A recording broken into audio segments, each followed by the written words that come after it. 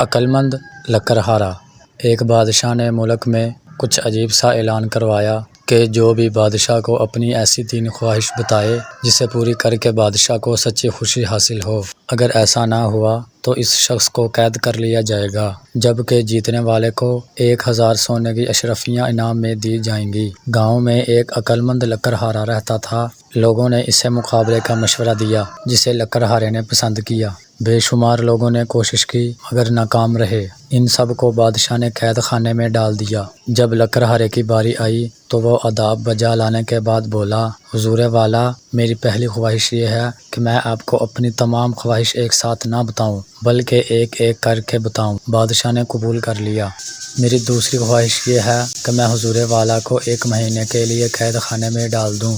یہ سنتے ہی بادشاہ آگ بگولا ہو گیا۔ چونکہ بادشاہ تمام درباریوں کے سامنے وعدہ کر چکا تھا، لہٰذا 2 سپاہیوں نے بادشاہ کو پکڑ کر قید خانے میں ڈال دیا۔ چونکہ اب بادشاہ دربار میں نہیں تھا، لہٰذا وزیر نے اس سے تیسری خواہش پوچھی۔ لکڑہارے نے کہا، وزیر محترم، میں آپ کو اپنی تیسری خواہش 1 گھنٹے بعد بتاؤں گا۔ وزیر اس کی بات مان گیا۔ 1 گھنٹہ گزرنے کے بعد اس نے کہا، میری تیسری خواہش یہ ہے کہ بادشاہ سلامت کو عزت کے ساتھ قید خانے سے واپس لایا جائے۔ قید خانے سے نکلنے کے بعد تو بادشاہ کی خوشی کی کوئی انتہا نہیں رہی۔ وہ سمجھ گیا کہ لکڑہارا بہت ذہین ہے۔ اس نے باقی لوگوں کو بھی رہا کر دیا اور لکڑہارے کو 1000 سونے کی اشرفیوں کے علاوہ اپنا مشیر بھی بنا لیا۔